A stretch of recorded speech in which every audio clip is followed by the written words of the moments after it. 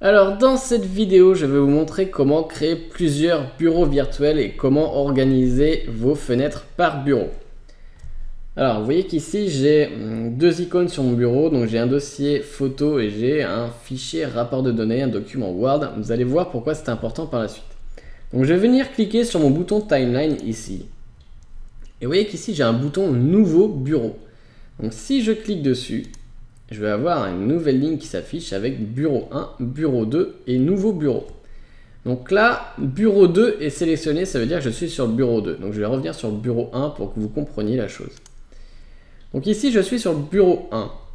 Si je viens dans la timeline et je sélectionne bureau 2, vous voyez qu'il ne se passe pas grand chose puisque je n'ai aucune fenêtre d'ouverte. Alors je vais revenir dans le bureau 1 pour bien que vous compreniez. Si j'ouvre par exemple l'explorateur de fichiers, donc là, j'ai mon explorateur de fichiers qui est ouvert sur mon bureau 1. Si je reviens dans le bouton Timeline et que je clique désormais sur bureau 2, vous voyez que bureau 2, vous voyez que le fond d'écran, pendant que bureau 1, vous voyez, on a l'aperçu en fait de ce que vous avez sur votre bureau 1, vous voyez votre explorateur de fichiers. Si je clique sur bureau 2, mon explorateur de fichiers disparaît et même dans la barre des tâches, vous voyez qu'il n'y est plus présent. Il n'est plus lancé, on ne voit plus la petite ligne bleue en dessous.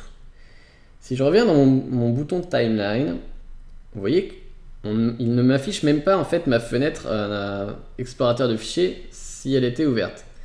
Donc là en fait je n'ai plus mon explorateur de fichiers. Pour retrouver mon explorateur de fichiers, il va falloir que je retourne sur mon bureau 1. Donc je clique sur bureau 1 et vous voyez que je récupère mon explorateur de fichiers. Et si je reviens dans le bouton timeline, j'ai bien ma fenêtre qui est affichée dans ma liste des applications ouvertes. Donc si j'ouvre par exemple Word, et je vais ouvrir un document vierge et je vais aussi ouvrir Google Chrome par exemple. Donc là j'ai trois fenêtres d'ouvertes sur mon bureau 1. Si je viens sur mon bouton Timeline, j'ai bien mes trois fenêtres d'ouvertes dans mon bureau 1 qui est bien sélectionné ici et on m'affiche un petit aperçu comme quoi c'est bien Google Chrome qui est affiché en ce moment à l'écran ici.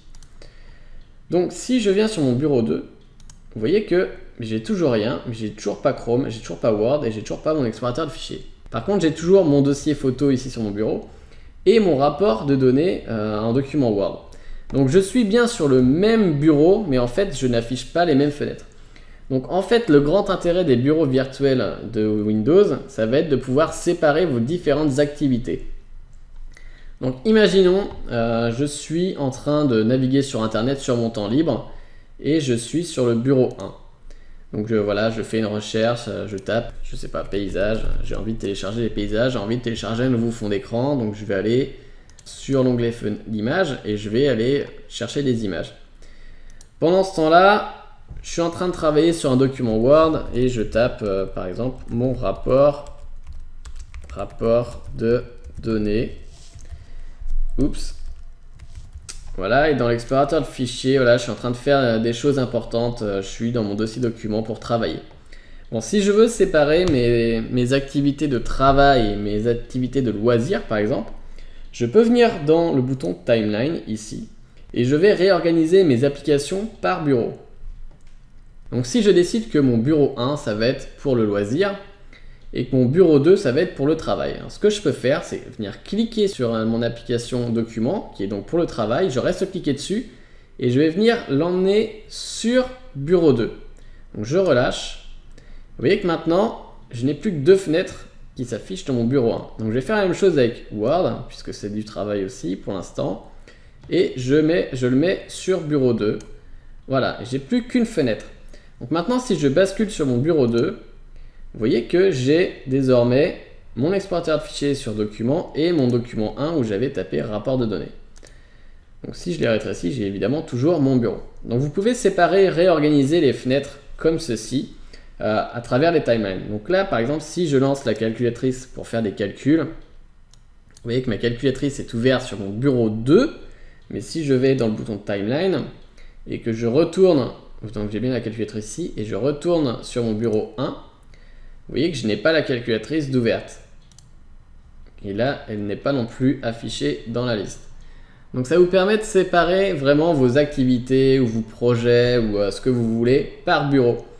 C'est beaucoup plus pratique, je trouve. Enfin, moi personnellement, je le fais assez souvent C'est-à-dire que souvent je peux travailler sur plusieurs projets à la fois et séparer ces fenêtres par projet sur différents bureaux, ça peut être vraiment très pratique.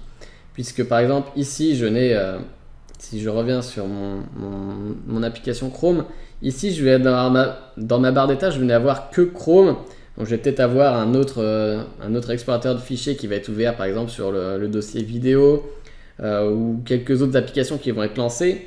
Et si je veux retravailler sur l'autre projet, je vais aller sur l'autre bureau, le bureau 2, et je vais retrouver toutes mes fenêtres que j'ai ouvertes par rapport à l'autre projet. Je ne vais pas avoir toutes les fenêtres qui sont ouvertes dans le projet loisir, on va dire. Donc ça peut être très pratique de séparer comme ça les bureaux, les tâches, les activités, etc. Donc là, j'ai créé 2 bureaux, mais rien ne vous empêche de venir en créer un nouveau. Donc je peux recliquer sur nouveau bureau ici pour en avoir un 3e. Donc là, je vais avoir un bureau vide d'activité, vide d'application, où je vais pouvoir faire un autre projet, une autre activité, etc. Donc je ne sais pas s'il y a une limite à la création de nouveaux bureaux. Moi j'en avais créé jusqu'à 4, mais voilà, on peut en créer 5 ou 6 ou 7. Après voilà, il n'y a pas vraiment grand intérêt à en créer 1000 de bureaux. Je pense que déjà quand on en a déjà 2, c'est déjà bien. 3 ou 4, c'est grand max si vous avez beaucoup de projets. Après, vous allez peut-être commencer à vous y perdre dans le nombre de bureaux virtuels que vous avez. Donc si vous voulez supprimer un bureau, vous venez juste cliquer sur la croix au-dessus du bureau.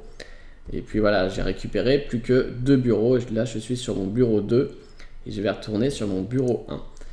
Alors, dernière chose, je vais juste vous montrer le raccourci clavier pour accéder à la timeline ou pour switcher entre les applications. Donc le raccourci clavier, donc je vais vous afficher le clavier visuel. Le raccourci clavier pour aller sur la timeline, ça va être de cliquer sur Windows, la touche Windows ici, les tabulations. Donc tabulation, ça peut être 2 flèches qui partent en sens opposé l'une sous l'autre. Donc si j'appuie sur Windows Tab, vous voyez que j'arrive sur la timeline. Si je fermais mon clavier visuel, voilà, donc j'arrive sur la timeline. Et il y a 2 raccourcis clavier aussi pour passer d'un bureau à l'autre. Vous allez appuyer sur CTRL ici, Windows ici, et flèche de droite ou flèche de gauche pour passer au bureau suivant ou le bureau précédent. Donc là, si par exemple je fais CTRL, Windows et flèche de droite, vous voyez que là je suis passé dans le bureau numéro 2. Si je fais CTRL, Windows et flèche de gauche, vous voyez qu'il y a une petite animation que là je suis repassé dans mon bureau 1. Donc ça me permet de switcher comme ça, CTRL, Windows, flèche de droite, entre les différents bureaux que vous avez. Donc si j'avais un 3e bureau, j'aurais pu refaire CTRL, Windows, flèche de droite pour aller sur le 3e bureau. Mais là, je n'en ai pas. Donc je peux faire CTRL, Windows, flèche de gauche pour revenir sur le bureau précédent, le bureau numéro 1.